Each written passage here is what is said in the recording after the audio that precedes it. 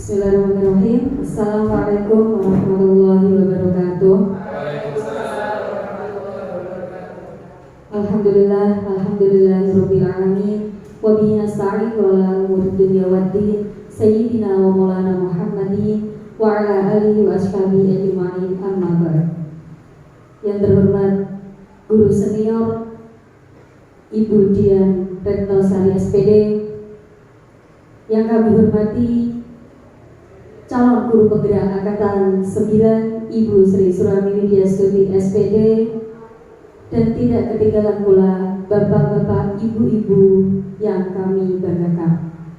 Pertama-tama marilah kita panjatkan puji syukur kehadirat Allah Subhanahu wa taala, yang mana pada siang hari ini kita masih diberikan kesehatan sehingga kita dapat menghadiri acara pada siang hari ini dengan keadaan sehat walafiat tanpa hilang suatu apapun. Kedua kalinya salawat beserta salam kita haturkan kepada junjungan kita Nabi Abu Muhammad sallallahu alaihi wasallam yang akan kita nantikan syafaatul uzma fi yaumil qiyamah. Amin amin ya rabbal alamin. Di sini saya akan membacakan susunan acara pada siang hari ini. Acara pertama pembukaan, acara yang kedua menyanyikan lagu Indonesia Raya, acara yang ketiga doa, dan acara yang keempat sambutan, dan acara yang kelima penutup. Acara yang pertama pembukaan, marilah kita buka acara pada siang hari ini dengan bacaan suratul Fatihah. Ridho ilah syafaat Rasulillah. Al-Fatihah.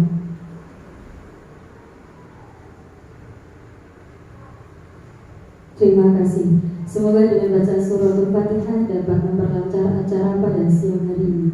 Acara yang kedua menyanyikan lagu Indonesia Raya.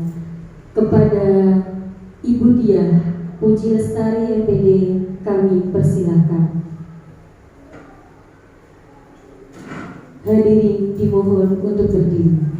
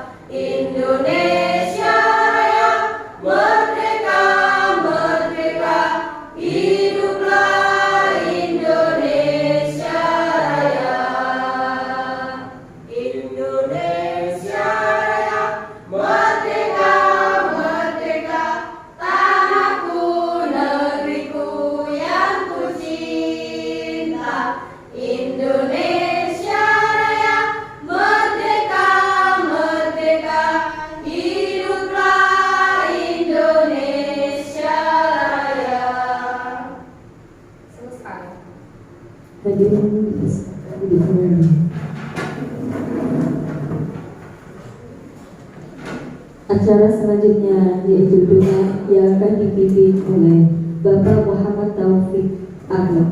Kepadanya dipersilakan.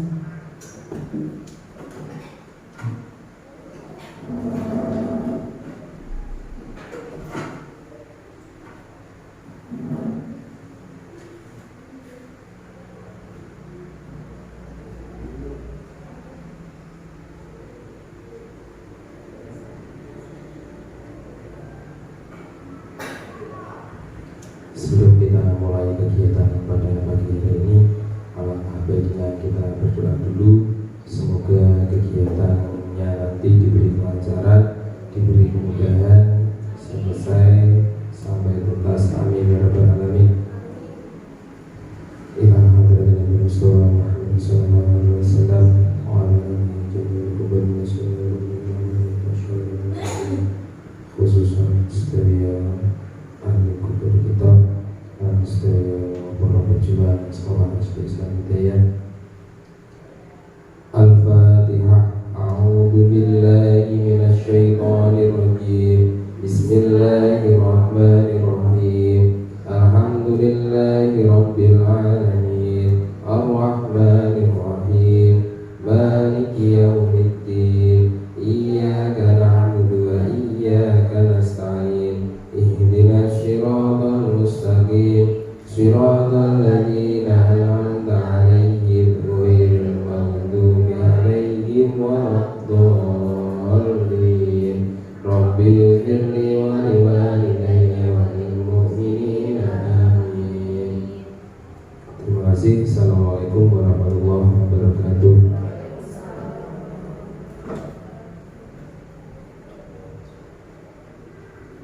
Terima kasih. Acara selanjutnya yaitu sambutan dari guru senior kepada Ibu Dian Retno Sari SPD. Kami persilakan.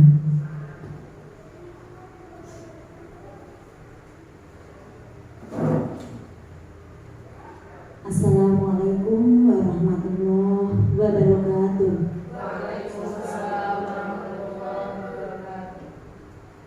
Yang terhormat CGP Angkatan 9 Ibu Widya, yang terhormat teman-teman Dewan Guru SD Islam Hidayah, juga yang kami banggakan. Pertama-tama marilah kita panjatkan puja dan puji syukur kehadirat Allah, di mana dalam kesempatan ini kita masih dapat berkumpul di sini dalam keadaan sehat walafiat tanpa kekurangan suatu apapun.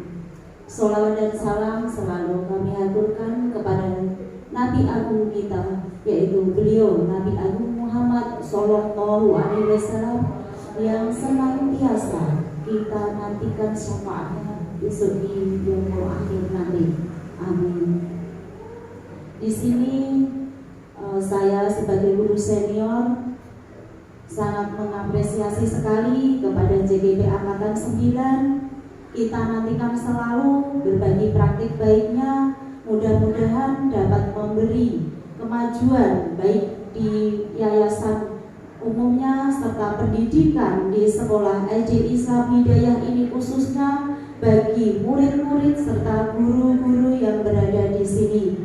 Semoga dengan terlaksanakannya JGP Angkatan 9 ini dapat memotivasi kita semua yang belum mendaftar CGP segera untuk termotivasi dan tergerak untuk mendaftar CGP Angkatan selanjutnya. Semangat ya teman-teman. Demi kemajuan lembaga ini dan sekolah kita tercinta ini, kami tunggu selalu Bu Widya praktek baiknya, dan semoga Bu Widya diberi kelancaran dan kemudahan sampai akhir nanti. Sekian dari saya, kurang lebihnya minta maaf. Wassalamualaikum warahmatullahi wabarakatuh. Terima kasih. Acara selanjutnya yaitu penutup. Marilah kita tutup acara pada siang hari ini dengan bacaan hamdalah bersama. Alhamdulillahirabbil alamin. Saya berbagi mohon maaf yang sebesar-besarnya apabila ada tutur kata yang tidak berkenan di hati panjenengan semua. Wassalamualaikum warahmatullahi wabarakatuh.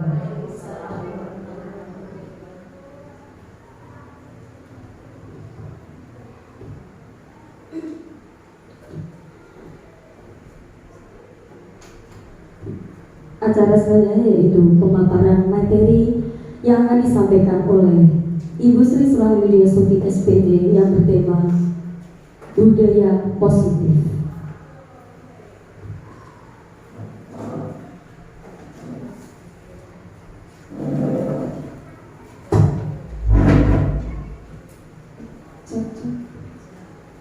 Selamat siang teman-teman semuanya. Teman-teman hebat, ibu bapak guru SD Islam Hidayah yang hebat pula. Alhamdulillah hari ini izinkan saya untuk bisa melaksanakan kegiatan praktik baik dari apa yang sudah saya dapatkan dari pendidikan calon guru penggerak angkatan 9. Kita berbagi ilmu dan berbagi praktik baik di siang hari ini. Nah, siang hari ini saya akan berbagi praktik baik tentang budaya positif. Berbicara tentang budaya positif, kita masih ingat bahwa yang namanya kurikulum merdeka pada dasarnya pendidikannya adalah berpusat pada anak. Semuanya muaranya adalah ke anak. Nah, tinggal bagaimana kita selaku pendidik. Kita selaku pendidik memindset diri kita, menggerakkan diri kita untuk bisa melayani anak dengan baik. Dengan memahami kebutuhan anak, kita bisa memberikan pembelajaran, memberikan contoh dan teladan terbaik untuk peserta didik kita.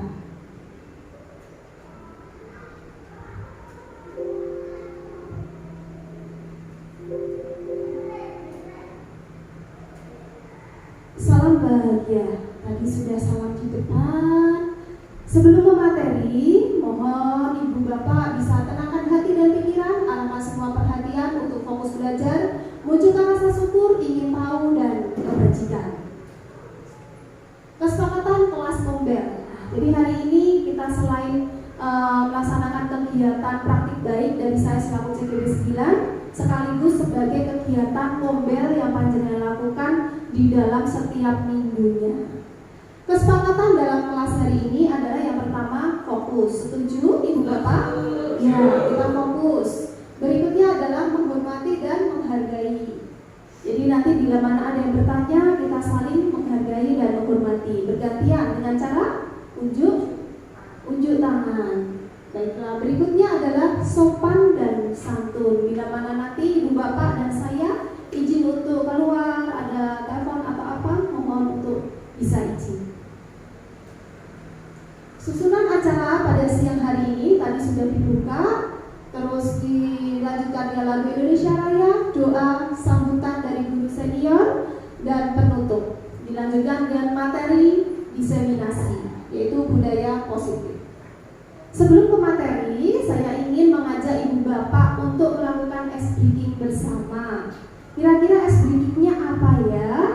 Nah, saya akan mengajak ibu bapak untuk ice breaking melanjutkan sebuah kalimat. Sebuah kalimat, nanti dari saya akan membuat kalimat yang berhubungan dengan kurikulum merdeka. Nah, nanti saya lempar ke siapa? Silahkan akhir dari kalimat itu nanti dengan buat jadi sebuah kalimat yang berhubungan dengan kurikulum merdeka lagi. Silahkan nanti lempar ke siapa lagi. Jadi kita lempar-lemparan biar nyambung. Seperti itu ya ibu bapak, siap? Iya. Berbicara tentang kurikulum merdeka, yaitu kurikulum yang berpusat pada anak dengan menekankan pengetahuan, keterampilan, bakat, minat anak. Nah, karakter anak di dalam pendidikan kurikulum merdeka itu ditekankan. Kalimat yang saya buat adalah, siap ya, nanti yang dilempar siapa? Jadi harus segera. Iya. Dengan kurikulum merdeka menjadikan bakat minat anak semakin berkembang. Berarti dengan kata berkembang. Kita harus bisa berkembang dengan adanya kurmer ini. Wah, luar biasa. Terima kasih siapa? Merdeka, ya. Umar. Orang mana Budia, ya. Merdeka dalam kurikulum merdeka ini, merdeka dalam artian bukan bebas ya, tetapi anak bebas untuk mengekspresikan apa saja yang terkait dengan bakat minatnya dalam pembelajaran. Ya, pembelajaran. Iya. Pembelajaran pada kurikulum merdeka itu harus memperhatikan bakat dan minat anak, kemudian keaktifan anak. Ya, lanjut keaktifan. Di dalam kurikulum Merdeka itu salah satunya keaktifan anak adalah menjadi kunci sukses dalam menjalankan kurikulum Merdeka.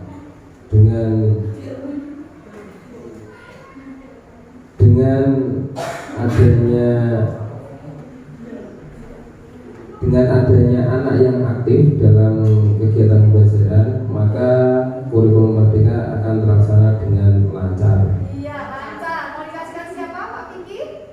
Ke Bu Arsita atau ke Bu Hasan? Bu Hari. Iya, silakan. Tadi kata terakhir apa, Ibu? Iya, silakan. Dari buat kata yang Iwan yang agak susah bisa boleh. Lancar di dalam kurikulum Merdeka. Anak tidak hanya dituntut untuk aktif saja, akan tetapi lancar dalam berkomunikasi. Jadi dalam pembelajaran kurikulum Merdeka itu anak juga dilibatkan untuk lancar berkomunikasi yang baik. Apa ini? Komunikasi katanya. Oke.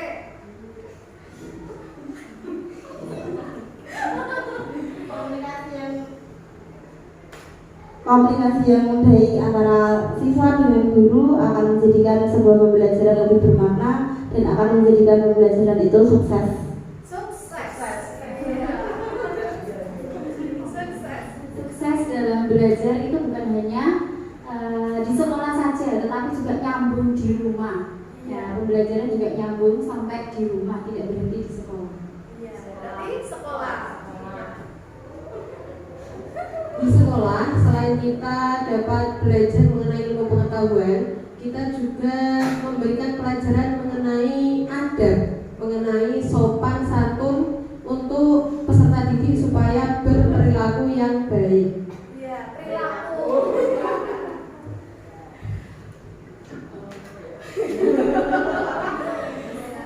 Dalam kurikulum Merdeka kita juga ditekankan dalam perilaku yang baik, sikap yang baik, dan ya praktek-praktek yang baik juga harus selalu kita ajarkan dalam kurikulum Merdeka. Ya, kurikulum Merdeka lagi kembalinya.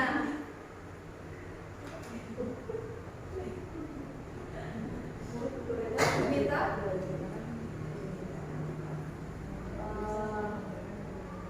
Nyanyi loh, kalau nggak bisa loh. Satu. Mulai beberapa tahun yang lalu sudah diberlakukan kurikulum Merdeka di Indonesia. Tetapi ada beberapa mungkin sekolah yang belum mempraktekkan kurikulum Merdeka tersebut. Seperti di sekolah kita sudah diberlakukan mulai tahun ajaran 2022-2023. Ya, berarti tahun 2022-2023 apa itu ya? Di tahun 2022 dan 2023 ini SD Islam Hidayah sudah siap menjalankan kurikulum Merdeka dan berbagi praktek baik. Ya, berbagi praktik baik Bu Arsita.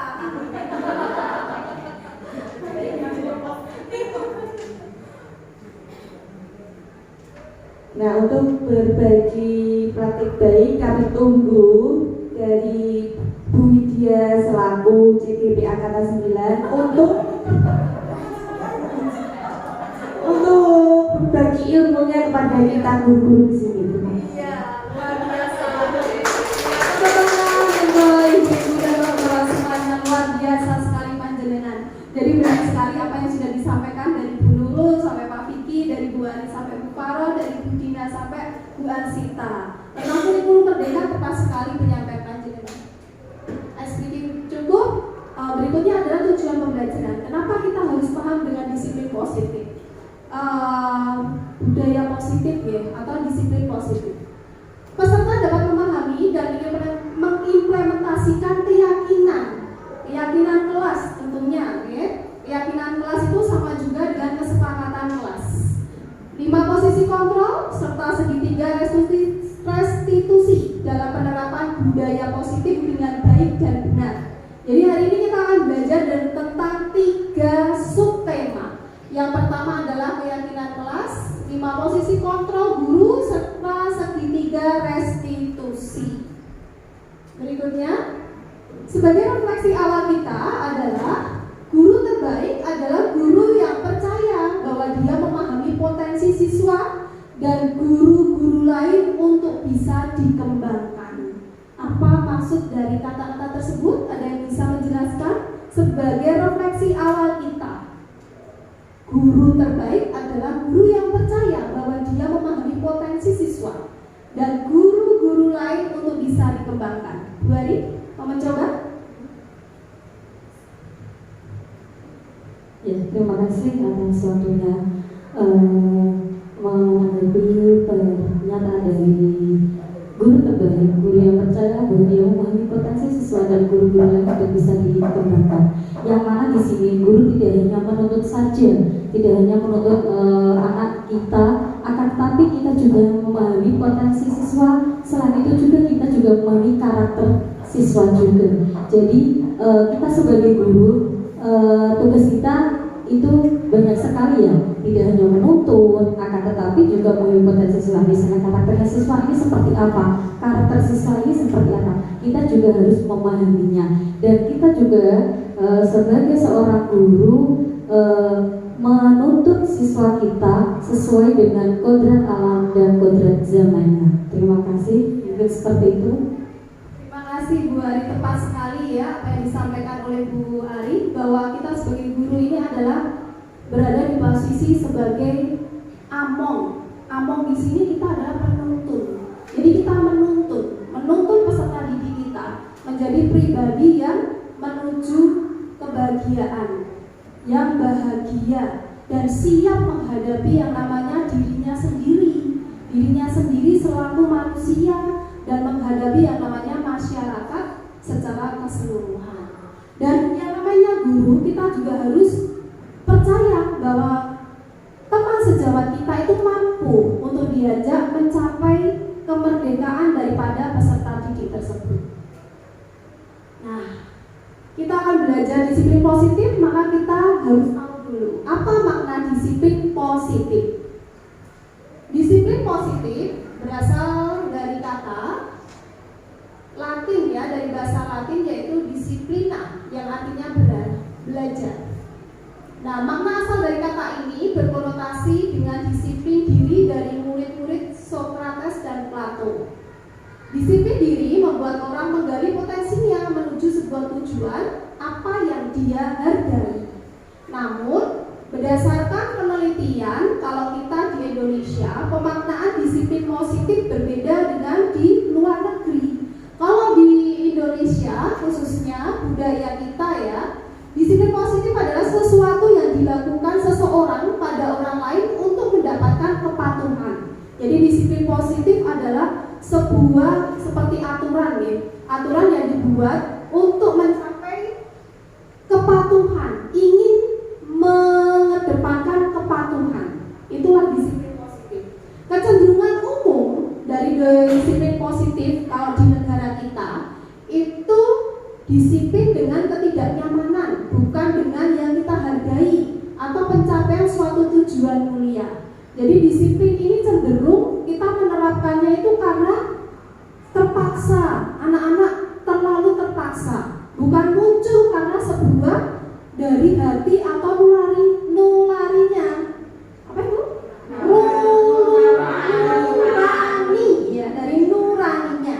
Nah, harapan kita dengan belajar disiplin positif ini, anak-anak muncul yang namanya tanggung jawab, kedisiplinan itu dari nurani pribadinya anak, bukan dari lagi aturan yang menjadikan anak itu takut dengan guru, takut nanti dipunishment, takut yang namanya dilaporkan, takut dikeluarkan. Nah, seperti itulah yang namanya yang kita selalu pendidik harus mengikis hal-hal tersebut.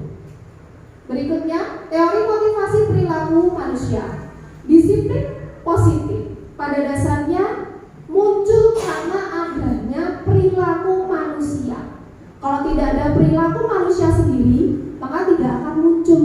Sedangkan faktor yang menyusun atau faktor yang memotivasi munculnya disiplin positif dari dalam dan dari luar, internal dan eksternal. Adapun faktor eksternalnya adalah untuk menghindari ketidaknyamanan Disiplinnya sekarang itu karena rasa takut, karena mereka menghindari ketidaknyamanan atau hukuman. Nah, itulah yang namanya faktor eksternal, faktor dari luar. Aku takut kalau aku dihukum gak bawa buku. Aku takut terlambat, makanya kadang anak nangis itu datang ke sekolah nangis melihat jamnya, mereka sadar bahwa mereka sudah terlambat. Nah, mereka menangisnya kenapa? Karena rasa takut, karena takut dihukum, takut dimarahi gurunya, takut dipunishment, takut diberi sanksi. Nah, itulah faktor eksternal. Faktor eksternal yang kedua, disiplin positif dari teori motivasi perilaku manusia adalah untuk mendapatkan imbalan dari orang lain atau institusi. Nah, maksudnya adalah mereka mau manut, anak gelem manut, dan kita sendiri mau manut kalau ada imbalannya, diiming-imingi. Nanti saya berikan hadiah kalau kamu manut dengan bu guru. Terus diiming-imingi, nanti saya kasih kamu permen ya, tapi syaratnya diam dulu nak. Nah, dengan imbalan-imbalan hadiah, dengan imbalan-imbalan yang sifatnya berupa benda ataupun barang, itu tidak diperkenankan di dalam disiplin positif. Jadi pemberian imbalan hadiah ataupun yang namanya sanksi, hukuman itu tidak diperkenankan. Kita selaku guru berikan yang terbaik. Loh, terus apa Bu yang kita berikan? Apa Pak yang kita berikan kepada peserta didik kita? Kita lihat nanti. Motivasi internal dari tujuan disiplin positif adalah internal, berarti dari dirinya sendiri. Nah, yaitu untuk menghargai diri sendiri. Ini faktor yang akan kita gali, faktor internal, faktor yang berasal dari diri kita, dari diri hati nuraninya si anak, bukan karena rasa takut atau bukan karena pengen mendapatkan imbalan, tapi disiplin positif muncul karena perilaku manusia dari dirinya sendiri. Itu yang kita harapkan dari peserta didik kita. Berikutnya, nah, tujuan daripada disiplin positif ini akan mendapatkan sebuah kemerdekaan. Menurut KHD, kata merdeka itu tidak hanya terlepas dari perintah, akan tetapi juga cakap buat memerintah diri sendiri.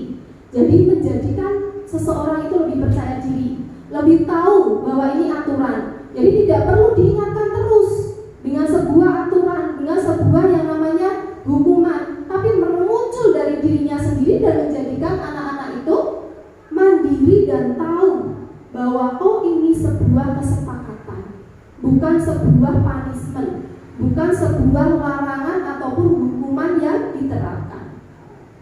Itu menurut KHD. Nah, bagaimana untuk mewujudkan disiplin positif?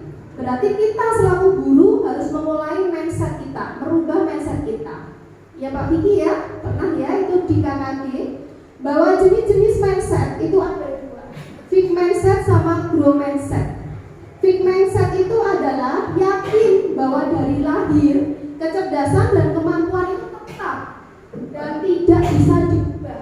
Contohnya dengan berpendapat bahwa cari ini loh kandangannya kok susah, itu mesti loh kan lahir aja yang ngono, kecil seperti itu. Nah, itu tidak. Kalau growth mindset itu adalah yakin bahwa dari lahir dengan kecerdasan dan kemampuan yang bisa dikembangkan lewat proses belajar atau berusaha. Nah, kira-kira kita ingin apa? Yang fixed mindset atau growth mindset? Ya, kita inginkan yang growth mindset.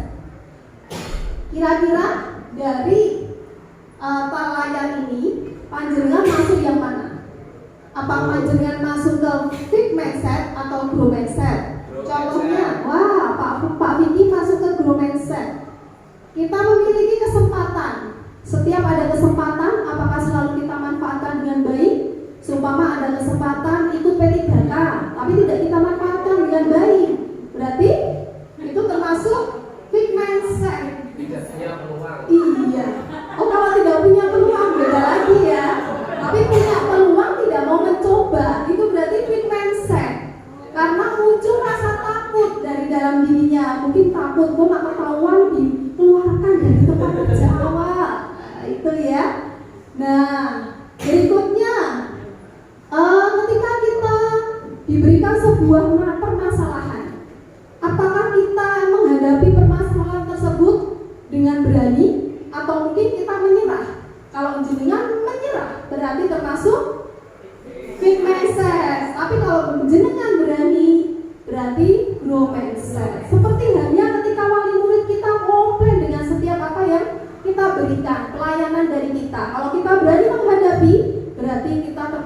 grow mindset. Berikutnya adalah berbicara tentang effort. Terus kritik.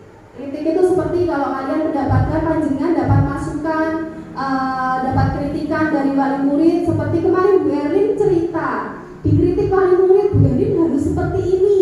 Nah, Bu Erlin mau berubah. Di belakang dibicarakan wali murid. Nah, dikritik banyak, disampaikan, akhirnya beliau mau berubah. Berarti Bu Erlin grow mindset, meninggalkan yang namanya fixed mindset. Berikutnya, sukses, melihat temannya sukses. Apakah kita terus berkecil hati atau iri? Tidak. Kalau kita berkecil hati, iri tanpa ada usaha, berarti itu fixed mindset. Tapi melihat temannya bisa sukses dan jenengan ingin seperti itu, bagaimana caranya saya harus bisa, mau belajar, mau ini, mau itu, berarti jenengan termasuk grow mindset. Pertanyaan saya, kira-kira panjenengan saat ini berada di posisi fixed mindset atau grow mindset? Apa?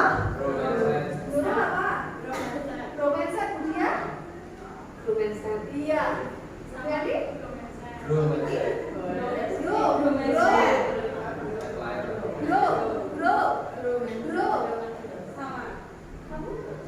Luar biasa ya. Tepuk tangan untuk Ibu Bapak Desa Budaya sudah luar biasa. Yang mana panjenengan semuanya sudah berada pada posisi grow mindset.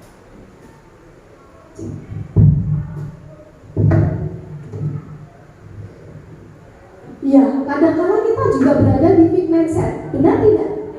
Iya, tidak memungkiri ya, karena mengalami kejenuhan kata Bu Nurul, ya kan? Terus akhirnya fixed mindset untung. Kalau dengan suaminya untung buatan Budian. Nah, bila kita grow mindset, kita seperti layaknya sebuah tanaman yang tumbuh. Dari biji muncul akar, muncullah yang namanya tanaman, jadilah pohon, akhirnya keluar daun, berbuah, dan siap untuk dipetik, siap untuk dinikmati. Kalau kita yang fixed mindset, kita selayaknya hidup dalam sebuah kardus, dalam kotak kardus, tidak bisa berkembang, tidak bisa melihat perubahan, maka kita menjadi orang yang beginilah saja. Itu adalah fixed mindset. Berikutnya keyakinan kelas, hukuman dan penghargaan. Kenapa ya? Kok tidak peraturan saja, Bu? Kalau di kelas-kelas kan cenderung dikenalnya dengan peraturan. Apa peraturan kelasmu? Kenapa kok peraturan? Kenapa kok harus peraturan? Kita lihat contohnya. Mengapa kita memiliki peraturan harus menggunakan helm bila mengendarai kendaraan roda 2? Apa alasannya pakai helm? Untuk keselamatan. Mengapa kita menggunakan peraturan 3M, pakai masker, cuci tangan, dan menjaga jarak 1,5 meter ketika pandemi? Alasannya apa? Kesehatan juga. Mengapa kita memiliki peraturan harus datang tepat waktu saat mengikuti pelatihan seperti tadi? Kenapa kita harus tepat waktu? Iya, karena memunculkan rasa untuk mendukung motivasi intrinsik, kembali ke nilai-nilai atau keyakinan-keyakinan yang lebih menggerakkan seseorang dibandingkan mengikuti serangkaian peraturan-peraturan. Jadi kalau peraturan itu cenderung menjadikan anak itu melakukan karena takut. Tapi berbeda dengan yang namanya keyakinan. Keyakinan itu akan tertanam di otak, menjadikan mereka grow mindset tadi. Tidak perlu ada rasa takut kembali, tapi mereka sadar, oh iya, aku salah. Nah, PR kita menumbuhkan hal tersebut kepada peserta didik. Nah, peraturan kelas. Kita lihat ya berikutnya. Peraturan kelas itu bagian terkecil dari budaya positif. Sedangkan keyakinan kelas itu berada di atasnya, lebih bagus, lebih baik dari peraturan kelas. Nah, adanya keyakinan kelas didukung karena lingkungan yang positif. Bagaimana menjadikan lingkungan positif?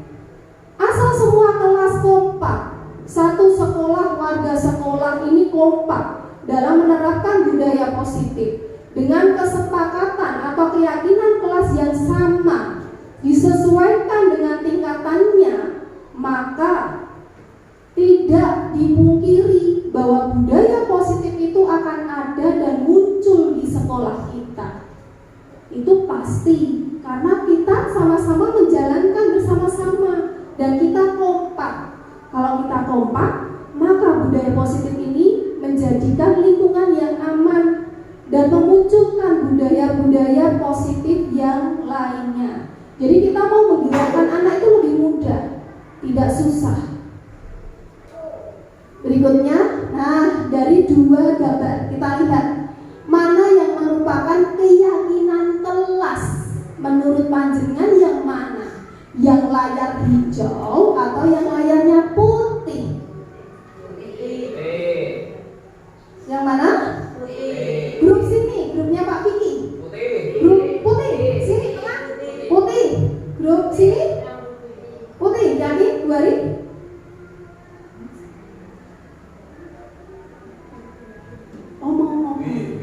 Mau makan apa?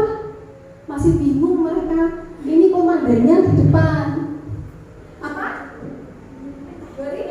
Iya, putih. Kita lihat sama-sama kesepakatan kelas kan? Sama-sama kesepakatan kelas. Kenapa kita kok pilih putih? Siapa yang bisa menjelaskan? Nah, ini ketuanya sini Pak Kiki. Sana bendaranya. Oke, kita lihat dari kalimatnya ya, bahwa kalau yang A itu kalimatnya masih ada perintah ya. Tapi kalau yang B itu adalah kami guru dan murid yang saling menyayangi. Berarti tidak ada kata perintah. Di situ adalah kita semua saling menyayangi. Dengan adanya menghilangkan kata perintah tersebut, nanti anak-anak itu pasti akan lebih yakin lagi untuk menjalankan kegiatan tersebut daripada ketika ada kata perintah seperti itu. Ya, terima kasih. Untuk kelompok tengah, alasannya apa? Monggo salah satu pemimpinnya. Mungkin dari sini dulu, menambil saja. Oh, dari Bu Hari. Gak sabar ya Bu Hari mau menambah. Terima kasih atas waktunya. Saya mewakili kelompok saya, cuma menambahi dari pernyataan dari Bapak Vicky. Untuk yang kesepakatan kelas tadi benar masih mengandung unsur perintah. Akan tetapi kalau keyakinan kelas itu saya menambahi mengandung kalimat yang positif seperti itu. Terima kasih. Ya, terima kasih. Berikutnya, ini pertanyaannya. Semoga Bu Sinta. Ya.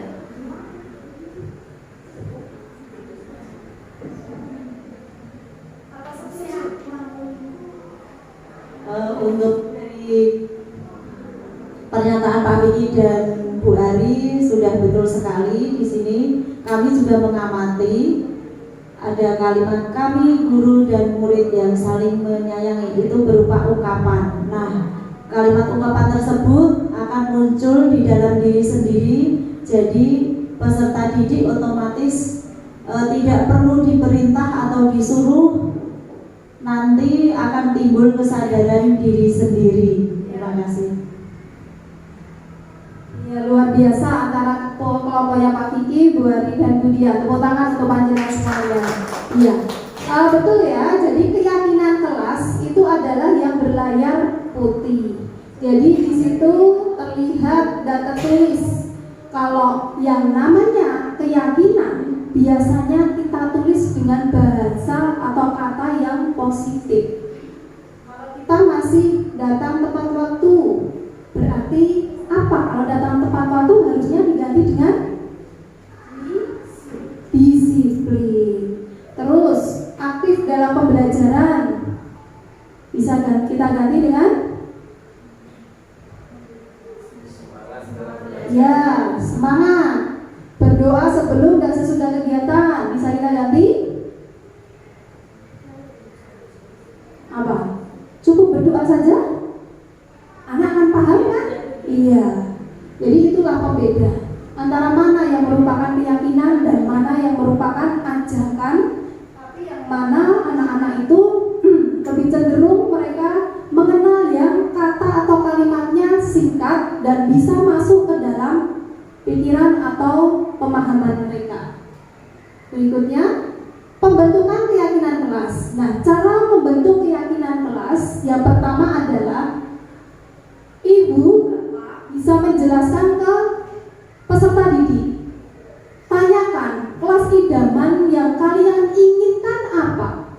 Coba besok Senin bisa diimplementasikan ke kelas masing-masing.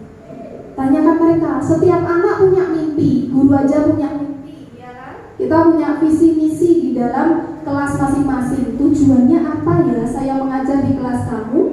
Nah, seperti halnya peserta didik, mereka juga punya impian, kelas impian.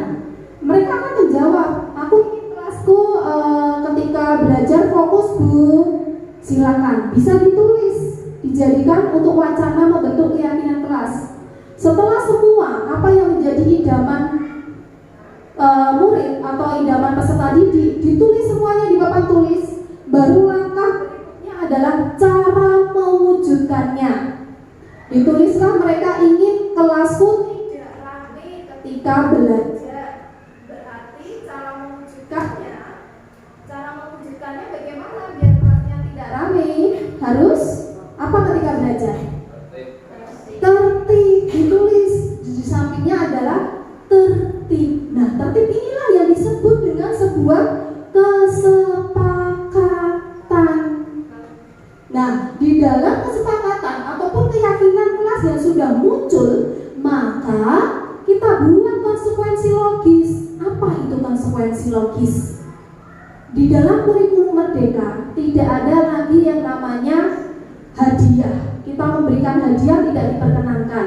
Kita memberikan iming-iming tidak diperbolehkan. Untuk anak kita sendiri yang di rumah ataupun untuk peserta didik tidak diperkenankan. Karena dalam kurikulum Merdeka semua anak itu memiliki hak yang sama. Tidak bisa kita beda-bedakan. Oh iya, Bu Nurul dapat hadiah dari saya karena kinerjanya bagus. Bu Dina tidak saya kasih karena peningkatan dari kinerjanya kurang baik. Nah, yang saya kasih satu kelas ini hanya Bu Nurul. Apakah panjenengan tidak merasa iri? Apakah secara psikologi anak itu tidak ingin yang lain? Nah, karena itulah kita menghindari hal-hal yang menyebabkan anak yang lain itu mengalami iri ataupun sakit hati, merasa didiskriminasi sama gurunya. Untuk itu, marilah kita hilangkan yang namanya hukuman ataupun yang namanya punishment yang membuat anak itu tidak nyaman. Dia merasa takut karena adanya aturan yang mengekang dirinya. Aturan takut dikeluarkan gurunya. Itulah yang harus kita mulai hindarkan. Tapi kita buat yang namanya konsekuensi logis. Tadi contohnya ingin kelasnya tenang ketika belajar, berarti anak harus fokus. Konsekuensinya apa kalau anak nggak mau fokus? Tanyakan ke peserta didik. Mereka minta apa? Disuruh baca Bu 1 halaman penuh materi yang dipelajari itu. Yang namanya konsekuensi logis itu ciri-cirinya adalah konsekuensi yang kita berikan itu nyambung dengan apa yang menjadikan anak itu salah. Contohnya, anak sudah menumpahkan air minum gurunya, berarti silakan ambil lap, bersihkan. Itu konsekuen. Anak tidak memakai sepatu yang berwarna hitam. Kalau di sekolah lain mungkin sepatunya dipakai sampai keluar kelas ya. Kalau di sekolah kan tidak, berarti silakan sepatunya dilepas. Itu konsekuensi yang nyambung. Tapi berbeda dengan kalau anak datang terlambat, kita hukum apa? Lari, bolehkah? Tidak nyambung. Karena mereka tidak meninggalkan pelajaran PJOK atau terlambat datang ketika pelajaran PJOK. Kalau dirasa terlambat 5 menit datang ke lapangan pas pelajaran PJOK, bisa kita kasih punishment ataupun konsekuensi yang logis, yang nyambung. Jadi kalau memberikan yang namanya pelanggaran dari kesepakatan atau keyakinan kelas yang nyambung nyambung, insya Allah nanti anak juga akan mengikuti. Nah, ada keyakinan kelas ini tidak boleh yang namanya guru saja yang menentukan, tapi harus guru dan murid, karena ini anak yang menjalankan dan kita yang menjadi manajer di dalamnya. Apa saja keyakinan kelas? Keyakinan kelas lebih bersifat abstrak dari peraturan yang lebih rinci dan konkret. Keyakinan kelas berupa pernyataan yang universal. Kata-katanya tertib, tapi maknanya banyak. Tertib, urut ambil nasi, tertib datang sekolah tepat waktu, tertib dalam hal-hal yang lain mengerjakan tugas sesuai kesepakatan. Nah, itulah yang namanya pernyataan-pernyataan yang universal. Keyakinan kelas senantiasa dibuat dalam bentuk positif. Keyakinan kelas sebenarnya tidak terlalu panjang, berupa 1 atau 2 kata: saling menyayangi, menghormati, disiplin, tertib, berdoa, ibadah, seperti itu. Terus semua warga hendaknya ikut berkontribusi. Nah, ini jadi semuanya, ya, tidak hanya sepihak oleh guru saja. Dan bersedia meninjau kembali keyakinan kelas dari waktu ke waktu. Setiap mungkin kita bisa buat keyakinan kelas itu dengan melihat keterbutuhan dari kelas tersebut.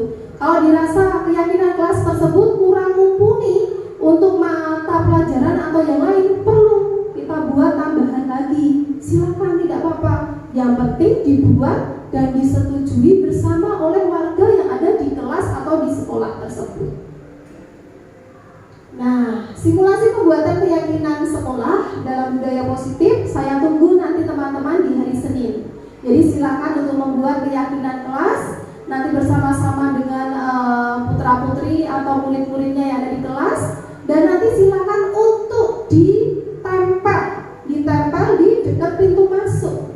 Biar nanti anak-anak, yang penting di depan, biar anak-anak ini melihat kalau mereka melanggar sebuah kesepakatan, mereka bisa membaca.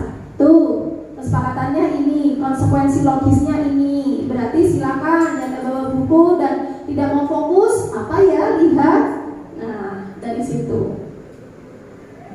Nah, ini bedanya antara peraturan dan keyakinan kelas. Kita lihat, selalu kembalikan buku ke tempatnya. Berarti keyakinan kelasnya kita tulis tanggung jawab. Tidak usah kembalikan buku pada tempatnya, kembalikan sapu pada tempatnya, tidak usah. Tapi yang namanya tanggung jawab ini diperluas. Tanggung jawabnya apa saja besok. Nah, tanggung jawab kembalikan bekas piring kotor, kembalikan sapu pada tempatnya, buku pelajaran pada tempatnya, ruko dan sajadah pada tempatnya, itu termasuk tanggung jawab. Dilarang mengganggu orang lain, berarti harus menghormati orang lain. Kayak teman-teman bertengkar, kita sadarkan mereka, sudahkah menghormati teman kamu? Sudahkah kamu hormat pada ustadz-ustadzahmu? Nah, cukup menghormati orang lain. Itu maknanya universal. Hadir di sekolah 15 menit sebelum pelajaran dimulai, itu juga menghormati orang lain dan komitmen, karena sudah menjadi kesepakatan. Jadi namanya komitmen. 15 menit sebelum. Dilarang melakukan kekerasan karena tujuannya untuk keselamatan dan menghargai orang lain. Dilarang menggunakan narkoba, memakai masker, sikat gigi, berangkat sekolah sikat gigi ya, mandi ya, itu termasuk untuk kesehatan. Terus jangan berlari di kelas atau koridor, ini juga untuk keselamatan dan keamanan. Itulah pembeda. Bisa dipahami Ibu Bapak? Adakah pertanyaan sampai ini? Ada yang mau bertanya dulu? Sebelum saya lanjutkan ke materi yang lain. Ada yang mau ditanyakan? Sementara belum. Terima kasih. Nah, pada dasarnya kita selaku guru dan mereka selaku murid itu dihukum karena adanya penghargaan. Dihukum karena penghargaan mengurangi motivasi intrinsik dengan diberikannya iming-iming hadiah. Contohnya saja kalau punya ponakan atau punya anak, kowe nak gelem maem tak tumbasno mainan. Nah, itu mengurangi yang namanya motivasi intrinsik dari dalam. Ya, aku maaf saya beru ben ditumbaske mainan, padahal itu salah. Ya, biarkan itu muncul dari dirinya sendiri. Taruhlah nasi atau makanan di tempatnya, dudukan di situ. Kalau mau makan silakan makan, kalau tidak ya silakan. Nanti akan muncul rasa sendiri.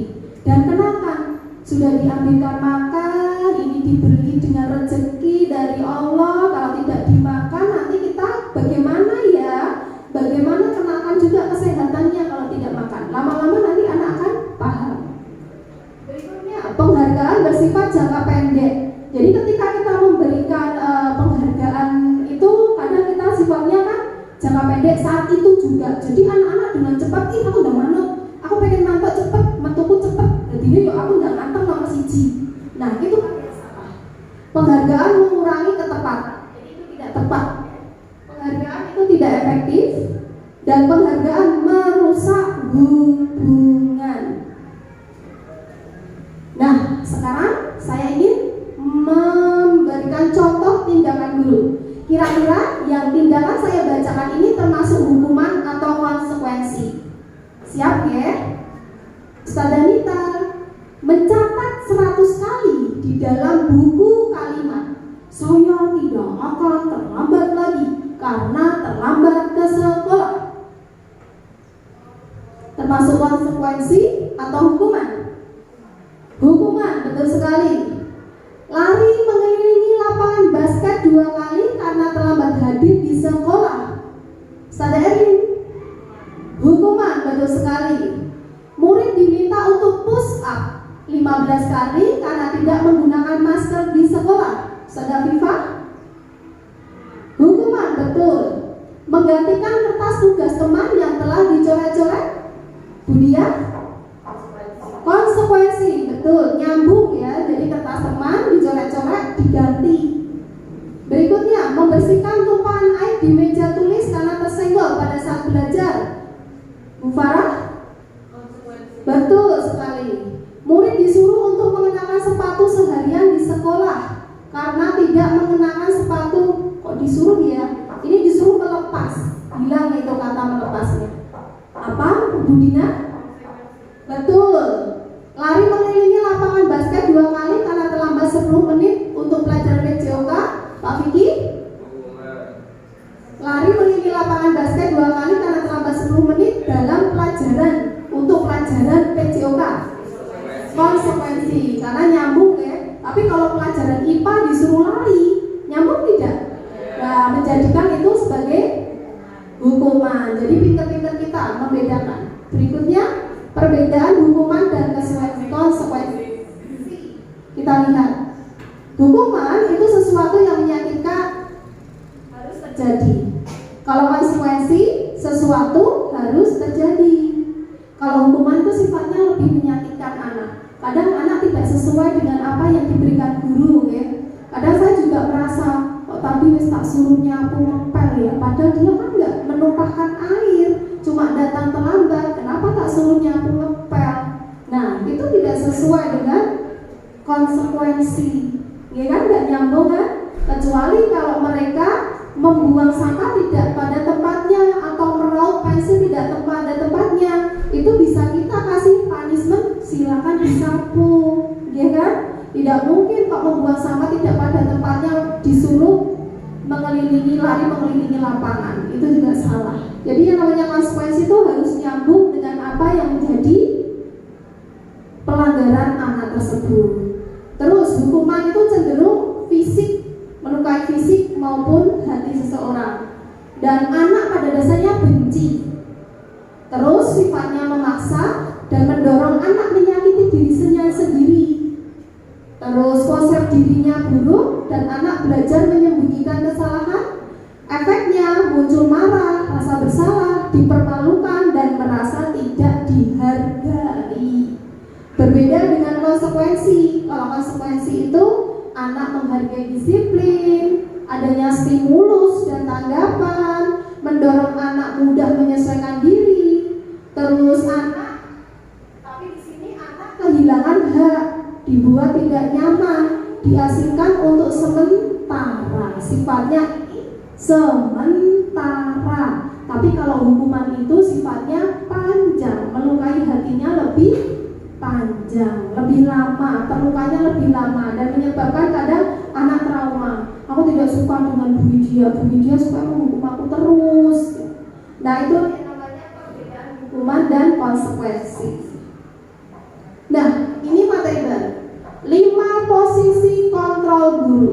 Setelah kita tahu hukuman, kita tahu konsekuensi, kita harus tahu 5 posisi kontrol guru. Sebagai guru, kita termasuk yang mana di dalam 5 posisi kontrol ini? Kita cermati satu-satu. Apakah kita selaku guru adalah sebagai penghukum? Biasanya kita menghadik, menunjuk-nunjuk, menyakiti, menyindir. Dan kita sering berkata, kalau kamu tidak melakukannya, awas, rasakan ini. Apakah terus hasilnya anak cenderung memberontak, besok dibaleni lagi, diulang lagi, terus menyalahkan orang lain? Salahmu, tapi karena ini loh Bu, bukan aku. Jadi dia melindungi dirinya sendiri, menyalahkan orang lain. Bisa berpikir ada murid panjenengan seperti itu, ya kan? Terus cenderung berbohong, pintar mengolah kata, sampai dia yang salah tidak ketahuan. Itu kita berarti sudah menjadi posisi kontrol guru, penghukum. Nah, terus murid akan berkata, biarkan saja, nanti yo nesu meneh, Bu guru nangis nesu yo kok nesu kok ya sekali kok berarti akan digalai meneh. Jadi dia terus mencoba dengan kesalahannya, terus. Nah, itulah sebagai penghukum.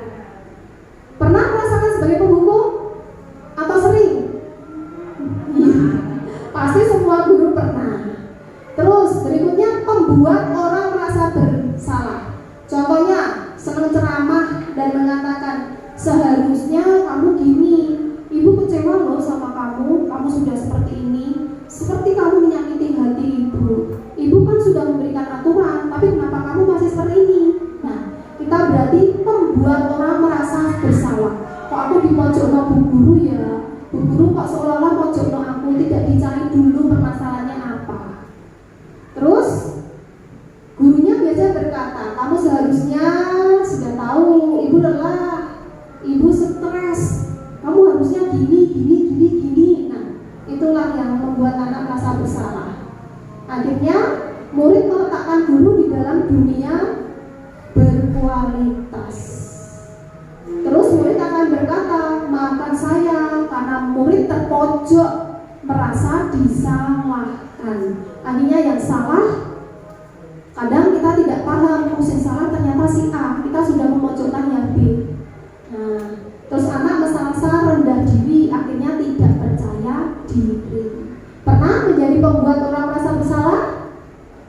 Pernah, iya. Sekarang identitas yang berhasil atau sukses. Yang dikatakan gagal tadi adalah jika kita menjadi penghukum dan kita menjadi pembuat orang merasa bersalah. Sekarang identitasnya berhasil atau sukses. Contohnya, kita posisi guru selaku teman. Murid kita anggap sebagai teman kita. Tapi dampaknya apa? Contohnya saja, ayolah lakukan ini demi ibu, daripada nanti ibu dimarahi oleh kepala sekolah. Nah, itu menjadikan murid panjenengan sebagai teman kita.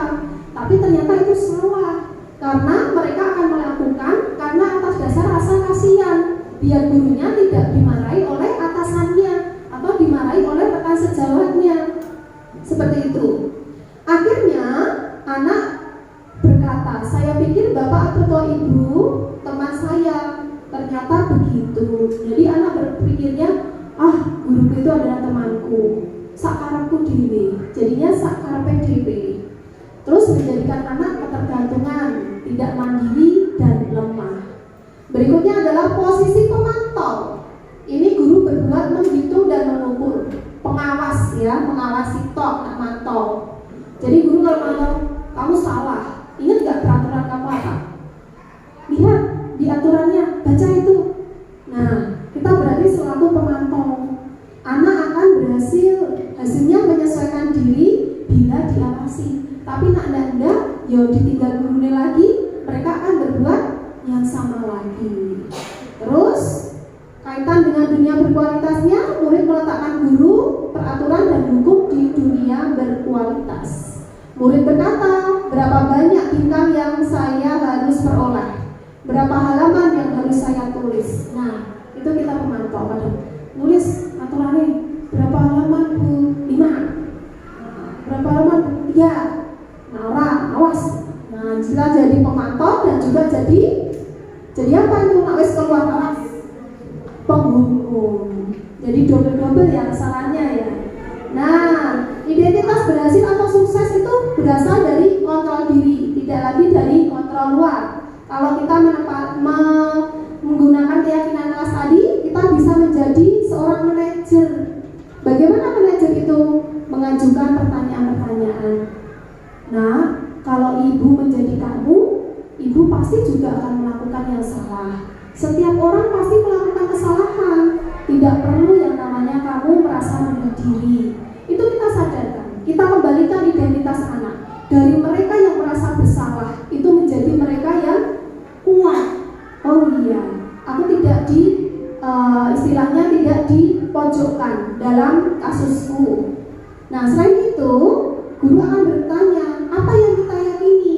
Apa yang bisa kau kerjakan untuk memperbaiki masalah ini?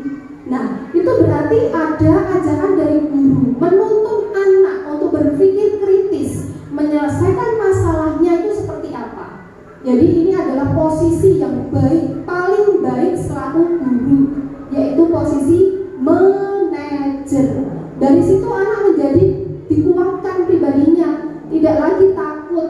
Setiap masalah berarti aku harus pecahkan seperti ini, berarti aku besok tidak akan mengulangi yang sama. Itu muncul dari dirinya sendiri. Berikutnya adalah murid akan berkata, bagaimana caranya saya bisa memperbaiki keadaan? Nah, itu pasti akan ditanyakan ke anak. Dan dampaknya murid dapat mengevaluasi diri dan bagaimana cara memperbaiki diri. Ya, coba ini ada sebuah paragraf, kita berliterasi. Kira-kira dari 5 posisi kontrol guru, cerita yang ada di layar itu posisi guru sebagai apa? Silakan dicermati. Anto dan Dino sedang bermain bersama di lapangan basket dan tiba-tiba terlihat dalam sebuah pertengkaran adu mulut. Dino pun menjadi emosi dan mengadakan kontak fisik, menarik kemeja Anto dengan kasar sampai 3 kancinya terlepas. Saat itu guru piket langsung melerai mereka dan membawa mereka ke ruang kepala sekolah. Ibu Surti sebagai kepala sekolah berupaya menenangkan keduanya, terutama Dino. Dino, sepertinya kamu saat ini sedang marah sekali. Mendengar itu, Dino pun mengalir bercerita tentang kekesalan hatinya. Ibu Surti pun melanjutkan bahwa membuat kesalahan adalah hal yang manusiawi dan banyak mempertahankan diri adalah hal yang penting. Namun meminta Dino memikirkan cara lain yang mungkin lebih efektif, karena saat ini Dino berada di ruang kepala sekolah. Dari satu kalimat atau satu paragraf itu sudah terlihat posisi kontrol apakah yang dialami oleh gurunya? Manajer. Betul? Betul. Karena di situ guru kan mengajak anak untuk ada kalimat itu. Di mana kalimatnya yang menunjukkan manajer?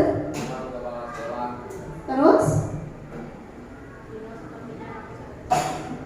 Ya, Dino yang manusia itu ya, melanjutkan bahwa membuat kesalahan adalah hal yang manusiawi. Itu menunjukkan bahwa manajer mengembalikan identitas anak. Next. Nah, di manakah posisi Anda sebelum belajar modul disiplin tadi? Posisi panjangnya di mana? 5 kontrol. Mana? Sebelum saya mempelajari 5 posisi kontrol ini, saya merasa masih di posisi kontrol penghukum juga, terus merasa bersalah itu juga. Kadang-kadang kita juga di posisi kontrol sebagai teman juga, seperti itu. Ya,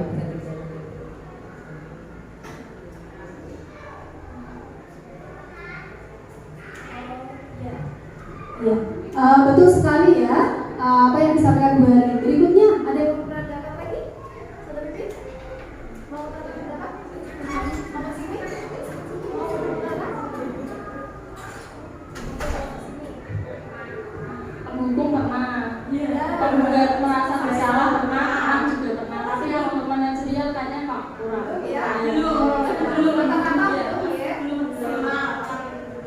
Terima kasih. kasih. Tidak apa-apa ya. Pada dasarnya kita pasti melewati tahapan itu. Penghukum pernah, hingga nanti kita bisa menjadi seorang manajer. Kita lihat. Nah, di dalam posisi manajer itu kita kalau mau menjadi manajer kita kenal yang namanya restitusi. Restitusi adalah proses menciptakan kondisi bagi murid untuk memperbaiki kesalahan mereka, bukan dengan menghukumnya, tapi memperbaiki kesalahan sehingga mereka bisa kembali ke kelompok atau anggotanya itu dengan karakter yang kuat dan lebih baik. Awalnya dia merasa salah, terus kembalikan identitas anaknya, divalidasi. Akhirnya anak tahu, oh salahku ini, aku harus seperti ini, dan aku besok akan seperti ini. Nah itulah yang namanya restitusi. Restitusi sendiri itu menggunakan ciri-cirinya dulu ya. Ciri-cirinya bukan untuk menebus kesalahan, tapi untuk belajar dari kesalahan. Terus memperbaiki hubungan. Ada tawaran tapi bukan paksaan. Berikutnya restitusi menuntut untuk melihat ke dalam diri. Restitusi mencari kebutuhan dasar yang mendasari tindakan. Restitusi sendiri adalah cara yang paling baik. Restitusi fokus pada karakter bukan tindakan, dan fokus pada solusi. Restitusi mengembalikan murid yang berbuat salah pada kelompoknya. Jadi bagaimana seorang yang merasa bersalah atau orang yang bersalah tersebut diterima kembali di kelompoknya. Maka itulah namanya restitusi. Restitusi adalah metode atau cara, proses yang bisa digunakan untuk mengembalikan anak pada posisi semula. Nah, dengan cara apa kita gunakan? Pakailah segitiga restitusi. Yang pertama adalah stabilkan dulu identitasnya, bahwa setiap orang pasti pernah melakukan kesalahan. Dengan kamu bukan satu-satunya yang pernah melakukan kesalahan ini. Setelah itu tahapan selesai, kita memvalidasi tindakan yang salah. Kita validasi. Kamu tentu punya alasan mengapa kamu melakukan itu. Tanyakan itu kepada anak-anak kita. Terus adakah cara yang lebih efektif untuk mendapatkan apa yang kamu butuhkan. Terus baru nanti kita menanyakan keyakinannya dengan cara nilai-nilai yang menjadi kesepakatan dan kamu ingin menjadi orang yang seperti apa. Kita lanjut lagi. Nah, ini contoh-contoh kalimat di dalam menstabilkan identitas. Tekniknya seperti ini. Ini contoh teknik di dalam validasi. Ini contoh dari menanyakan keyakinan. Biasanya guru berkata, apa yang kamu rasakan? Ketika kamu melakukan itu, kamu menjadi orang seperti apa? Itu kita tanyakan ke murid kita. Intervensi 30 detik ini merupakan contoh kata-kata yang membantu murid kembali ke tujuan semula dengan cukup singkat, dengan cara non-konfrontatif, tanpa pertengkaran atau hal yang tidak diinginkan. Ini adalah simulasi segitiga restitusi. Saat pelajaran ulangan harian fikih, pekerjaan Akila dicontek oleh Aura. Akila tidak diterima, kemudian menghampiri Aura dengan nada marah dan mengebrak meja. Kemudian oleh guru fikih, Akila disarankan ke kantor untuk bertemu guru kelasnya. Ini nanti ada contohnya. Coba kira-kira implementasi segitiga restitusi di dalam kita menjadi guru selaku manajer itu seperti apa? Kejadian ini Akila kelas 5, kita lihat.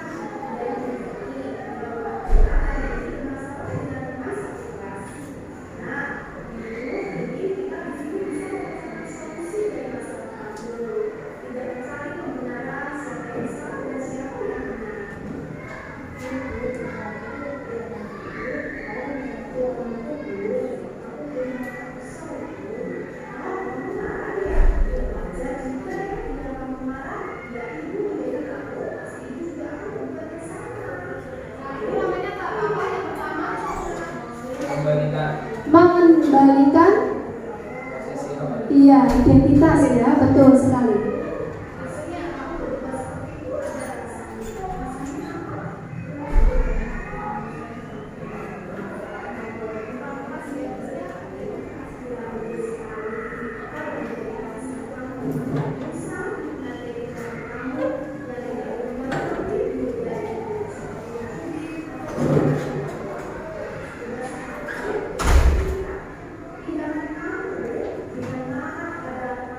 Ya, menanyakan alasan, berarti apa ini tahapannya?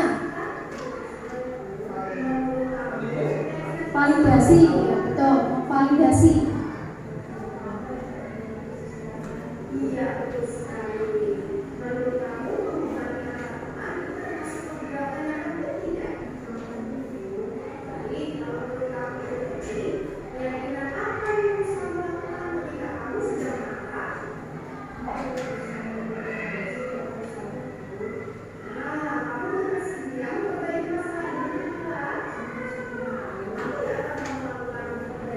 Nah, berarti ini apa? Menanyakan apa yang kamu lakukan, yang kamu lakukan.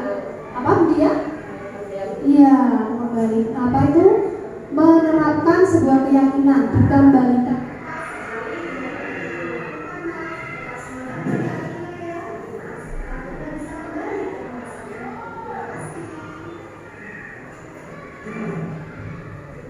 Ini contoh dalam segitiga restitusi. Itu video asli, jadi belum tak edit. Selesai tugasnya. Nah, sebagai refleksi akhir dari kegiatan kita, hal baru apa saja yang dapat panjenengan dapatkan dari belajar disiplin positif ini? Pemikiran atau perasaan apa yang muncul dan among? Kita sebagai among itu perannya nanti apa dan bagaimana? Monggo salah satu. Siapa yang akan refleksi? Salah satu.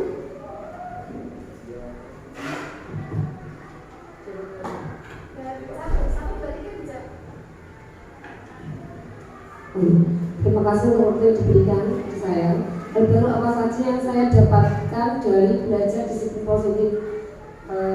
Hal yang saya dapatkan tadi, saya belajar disiplin positif. Saya belajar tentang keyakinan kelas, tentang posisi kontrol guru dan tentang segitiga restitusi. Nah, sebelumnya dalam disiplin positif kami ya saya itu tidak belum sudah menerapkan, tapi hanya beberapa saja, belum secara keseluruhan, seperti kontrol guru sebagai penghukum. Yang bagus kan harusnya manajer, tapi kami hanya melakukan beberapa saja, belum sampai ke tingkat yang lebih baik lagi. Untuk kedepannya nanti kami akan berusaha untuk menerapkan ilmu-ilmu yang sudah kami dapatkan hari ini untuk pemikiran dan proses.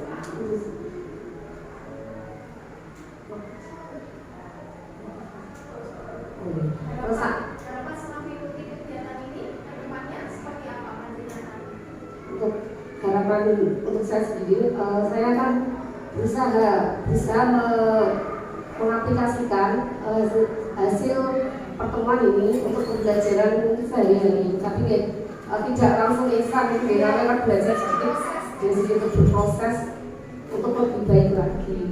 Untuk perasaannya, terima kasih untuk ilmu yang diberikan dari Ibu Widya kepada kami, karena awalnya jadi kami yang kurang tahu, mungkin kami tahu, cuma kami tidak mau mempraktekkan, tidak mau mengaplikasikan. Padahal untuk teori-teori seperti ini kami beberapa kali sudah, ada yang sudah pernah mendapatkan, ada yang belum, tapi kebanyakan karena rasa malas, tidak mau repot seperti itu. Jadi kami mempraktekkan hanya sedikit-sedikit, nanti selanjutnya kami akan berusaha untuk mengaplikasikan lebih baik lagi.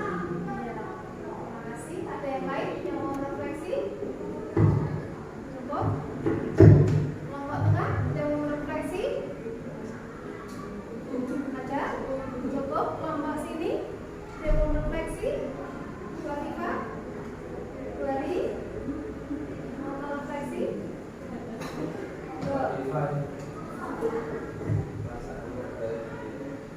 Ya, terima kasih atas waktunya untuk referensi materi hari ini. Hal berapa saja dapatkan dari belajar disiplin positif ini? Yang pertama yaitu tentang keyakinan kelas, posisi kontrol, dan segitiga restitusi. Nah, di mana perasaan ini sangat sederhana sekali ya Bu ya. Karena apa? Dari sini kami ini mendapatkan ilmu yang dulu belum tahu posisi kontrol kita seperti apa. Terus keyakinan kita belum menerapkan keyakinan kelas, padahal kita sudah menerapkan, tapi istilahnya keyakinan kelas yang sebenarnya itu seperti apa, harus mengandung makna yang positif seperti itu. Contohnya misalnya pada kalau anak kelas 1 ya tidak boleh ramai di kelas, itu kan bukan termasuk keyakinan kelas. Padahal kalau keyakinan kelas sebenarnya itu adalah tertib seperti itu. Terus di sini dari kami yang belum tahu mengenai posisi kontrol kita di mana, terus bagaimana segitiga restitusinya itu seperti apa. Kami alhamdulillah dari ilmu yang panjenengan berikan kepada kami, semoga kami bisa menjadi posisi kontrol sebagai manajer, tidak hanya sebagai penghukum, tidak hanya sebagai membuat merasa bersalah, sebagai teman maupun lainnya. Dari sini kami termotivasi juga dari panjenengan. Semoga untuk tahun yang akan datang, semoga kita bisa tergerak untuk mengikuti pendidikan program guru penggerak. Terima kasih atas waktunya. Assalamualaikum warahmatullahi wabarakatuh. Terima kasih, tepuk tangan untuk teman-teman kita yang sudah memberikan referensi. Ya, didiklah anakmu sesuai zamannya karena mereka hidup bukan di zamanmu. Berikutnya, anak-anak hidup dan tumbuh sesuai kodratnya sendiri. Pendidikan hanya dapat merawat dan menuntut tumbuhnya kodrat itu. Terima kasih untuk ibu bapak semuanya yang hari ini bisa mengikuti diseminasi dari program calon guru penggerak angkatan 9 dari diri saya sendiri. Semoga dari aksi ataupun berbagi praktik baik yang sudah saya dapatkan dari CGP bisa bermanfaat untuk kita sendiri, untuk orang lain dan lembaga pada tentunya. Kurang lebihnya itu yang saya sampaikan. Saya banyak bertutur kata, mohon maaf dan saya akhiri. Wassalamualaikum warahmatullahi wabarakatuh. Waalaikumsalam warahmatullahi wabarakatuh.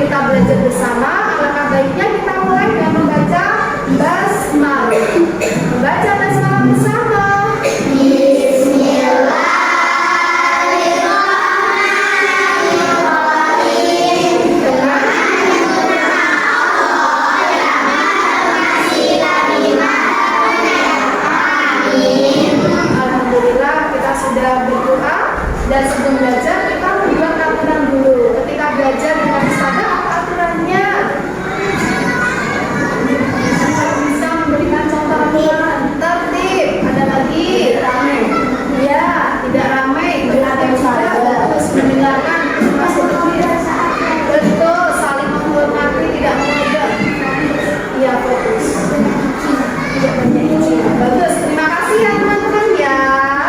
Nah, hari ini Ustazah akan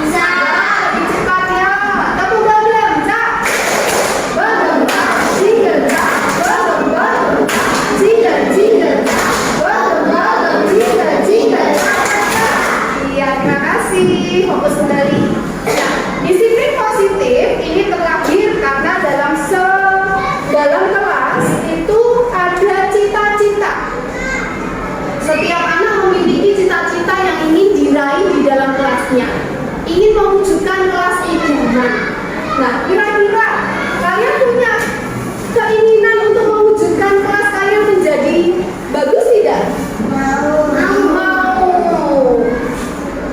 Nah, setelah kita memiliki yang namanya kelas idaman, memiliki keinginan menjadikan kelas ini menjadi kelas yang bagaimana menurut kalian, maka nanti kita harus menjalankan atau bagaimana cara mewujudkan kelas idaman itu. Ada tekniknya agar kelas idaman ini terwujud dengan cara mewujudkan. Setelah kita bisa mewujudkan kelas idaman, maka muncullah yang namanya sebuah apa teman-teman? Muncul yang namanya kesepakatan.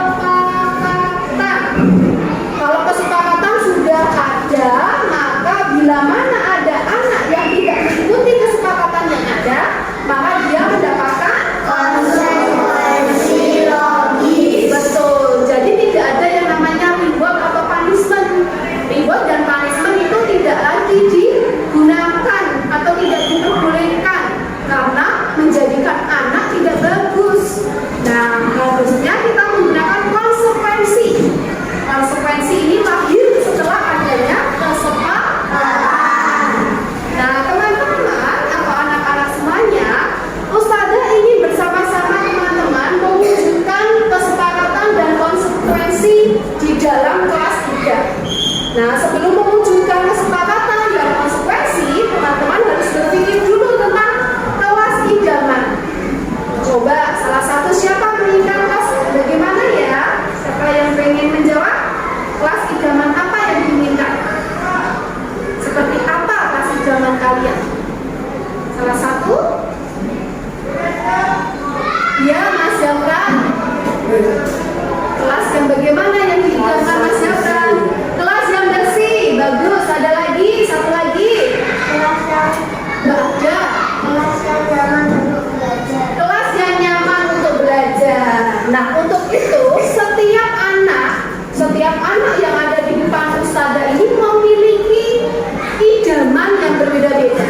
Karena kalian adalah anak yang unik, jadi memiliki idaman yang berbeda-beda. Tidak mungkin Mas Ranu sama dengan Mbak Oya. Aku pinginnya apa ya? Oya pinginnya apa ya? Nah, karena kelas idaman kalian berbeda-beda, maka Ustazah Lydia akan memberikan kertas untuk bisa ditulis. Kelas idaman seperti apa yang teman-teman inginkan atau anak-anak inginkan? Bisa tulisnya di sini? Silakan untuk mengambil pensil. Nah, nanti ditulis di atasnya sini namanya kecil, nama panggilannya. Terus idamannya apa? Yang diinginkan apa? Berapa ya teman-teman menulisnya? 3. Apakah 1? Yang namanya idaman itu pasti kan banyak. Nah, terserah teman-teman mau menulis berapa. Yang penting cukup di kertas ini. Paham teman-teman? Bisa mengerjakan? Bisa. Ya. Dari kelas idaman ini nanti akan kita wujudkan dan jadilah kesepakatan, dan akhirnya bila kesepakatan tidak diikuti atau tidak dijalankan, maka dia mendapatkan konsekuensi. Paham? Oke, sebelum kita kerjakan, kita coba dulu. Aku bisa. Aku bisa. Aku bisa. Semua bisa. Dan kualitas. Yes. Oke. Ini ada tempelannya belakang ya, jadi bisa ditaruh. Terus silakan bisa dikerjakan. Mulai dari penulis namanya dulu.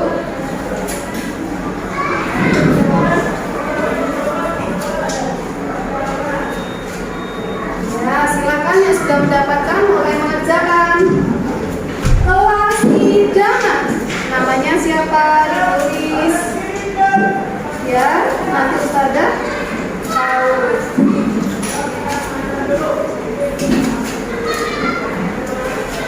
Silakan dikerjakan ya. Tidak perlu tebal, biasa aja.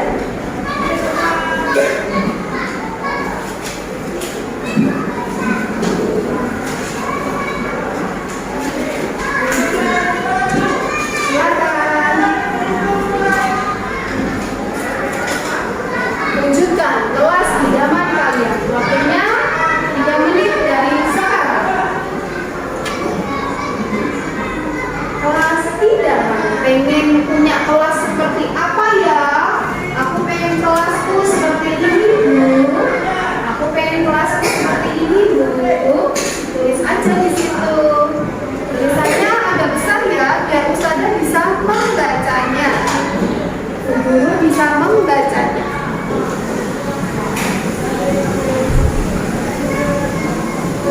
Satu. Nah, kasih nomor boleh. Satu.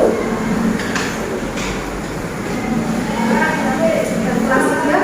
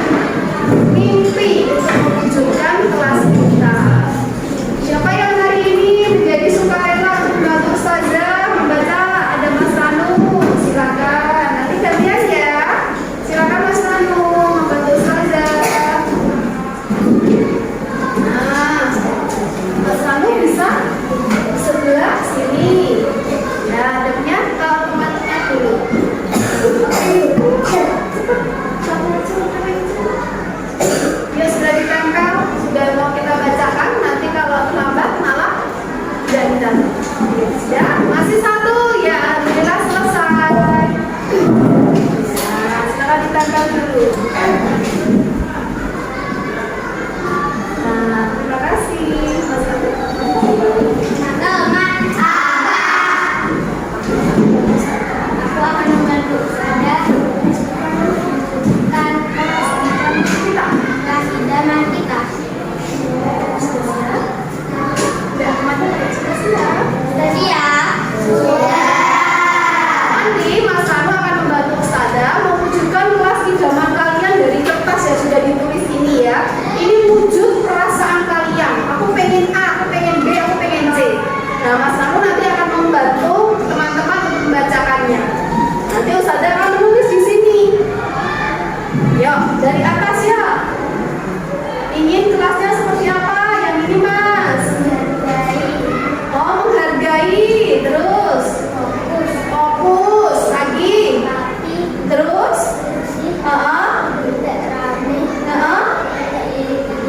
tidak pilih-pilih teman. Lagi sebelah sini. Betul. Terus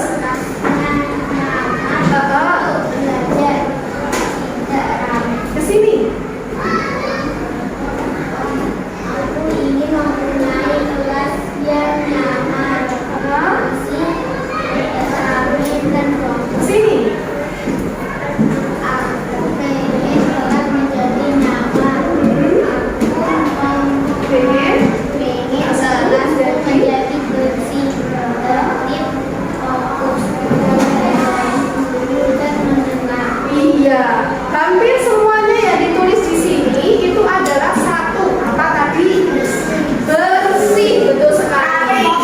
Nah, semuanya hampir menulis, kita tulis di sini dulu ya. Dari sini ini tadi, teman-teman ternyata pengen kelasnya satu. Apa? Bersih. Bagaimana cara mewujudkan kelas bersih? Bagaimana, Mas? Piket, betul? Oh, berarti menjalankan apa teman-teman? Betul sekali, menjalankan piket apa ini? Piket kelas. Sudahkah piket kelas? Berikutnya selain piket kelas,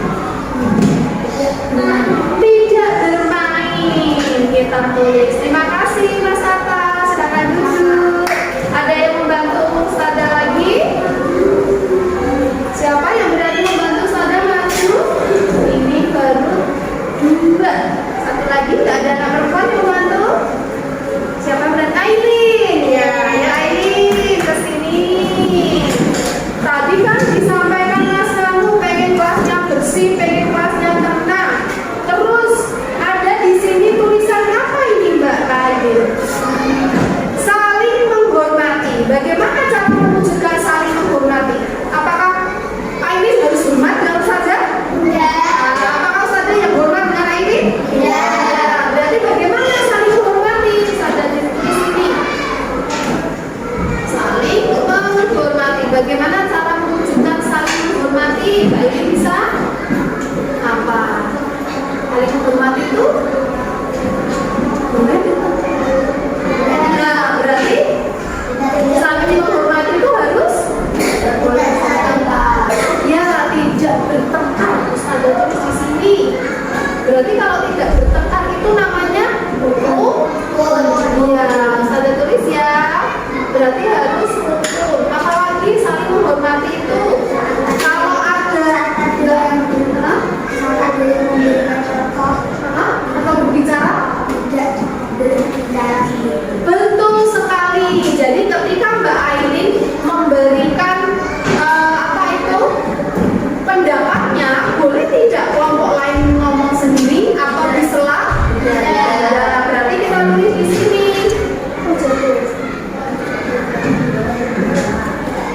Tidak menyela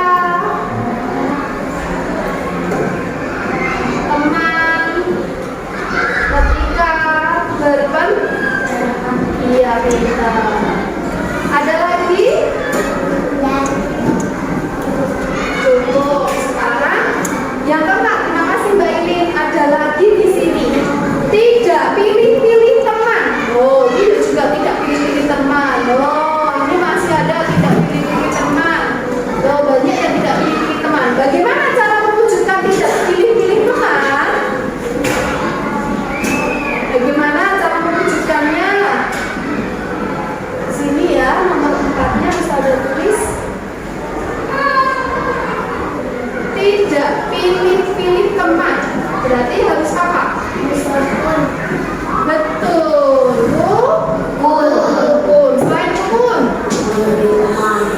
ya saling menghargai sama dengan ini. Berarti sayang teman. Selain sayang teman juga sayang siapa? Ya, sayang teman dan guru. Nah ini adalah cara mewujudkan kelas idaman yang sudah teman-teman tulis. Sekarang kesepakatan kita akan membuat kesepakatan yang berdasarkan apa yang kalian inginkan. Ini kesepakatannya. Bagaimana agar kelasnya bersih, menjalankan piket kelas, buanglah sampah pada tempatnya. Berarti kesepakatan kita kelas ini harus bagaimana? Melaksanakannya dengan baik.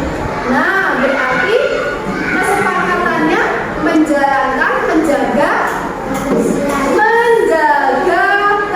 kebersihan. Siap untuk menjaga kebersihan? Siap. Menjaga kebersihan. 2. Biar kelasnya tenang, berarti tidak ramai, fokus belajar, tidak bermain. Kesepakatannya berarti belajar harus fokus. Betul, harus fokus belajar. Terus yang ketiga, saling menghormati, tidak bertengkar, rukun, tidak menyela teman ketika berpendapat. Berarti kesepakatannya apa?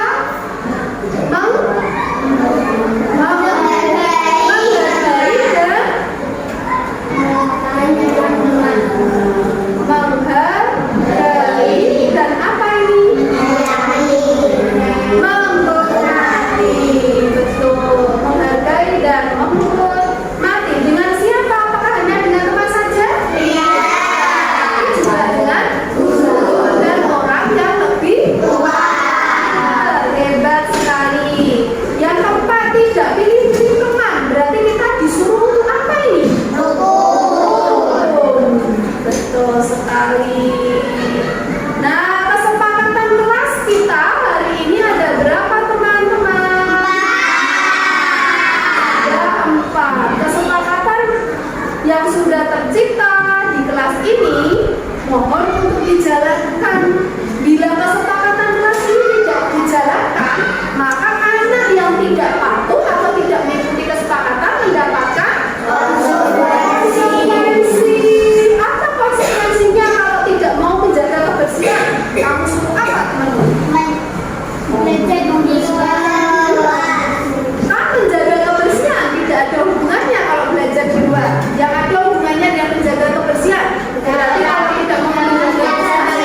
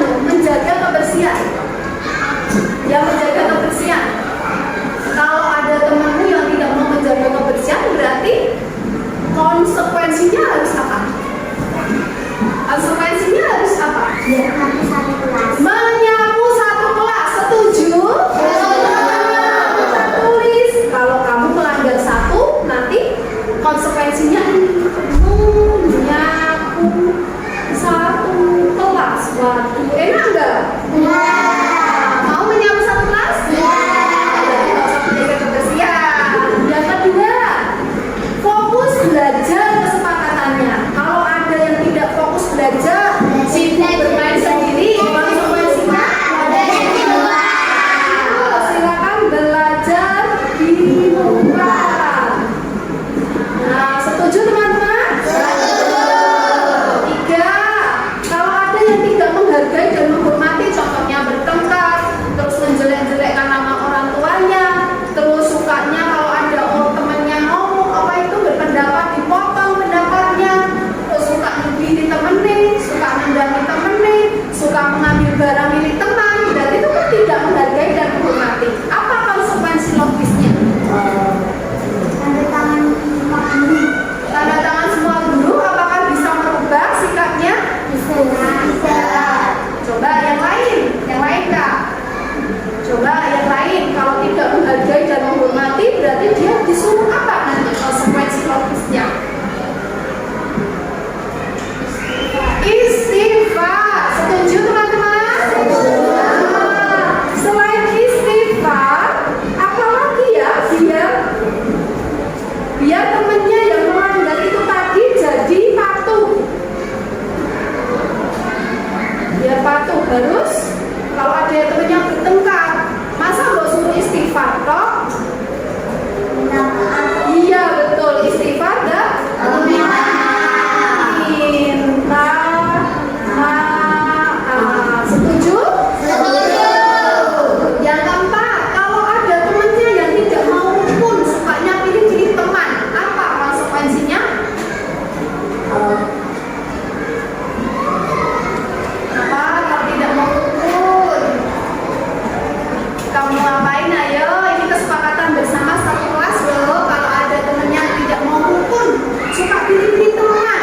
Ada Mas Asam tidak mau berteman dengan Mbak Oya, nggak mau berteman sama Riyu dan Ranu, pengennya sama kembarannya aja.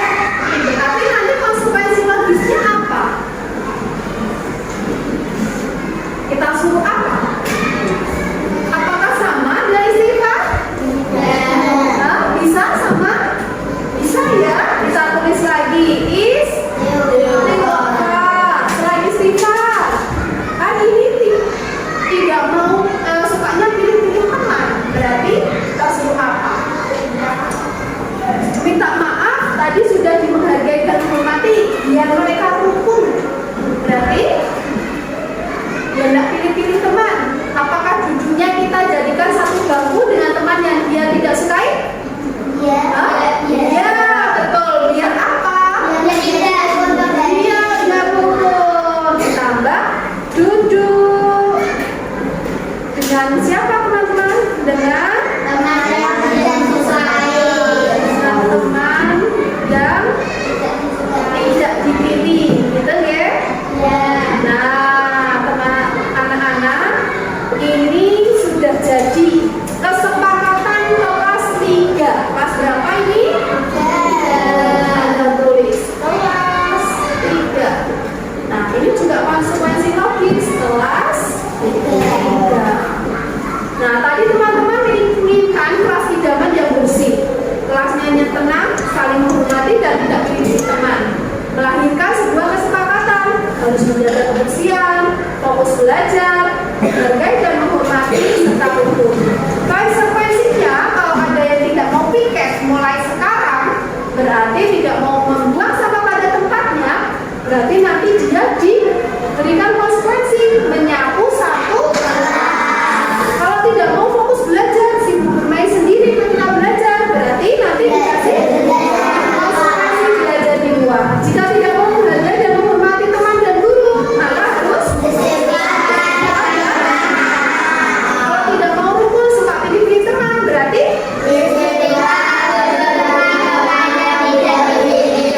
setuju dengan aturan kita? Karena sudah disetujui, maka kesepakatan ini dilakukan di kelas 3. Paham?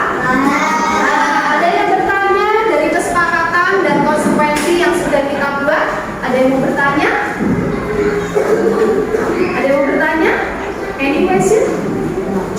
No. Oke, terima kasih. Nah, inilah kesepakatan yang sudah kita buat di kelas 3. Mohon nanti teman-teman bisa menulisnya, ya, bisa ditulis dan ditempel. Di mana teman-teman? Silakan cari tempat di mana. Ditulis dengan tulisan yang indah, dengan kertas yang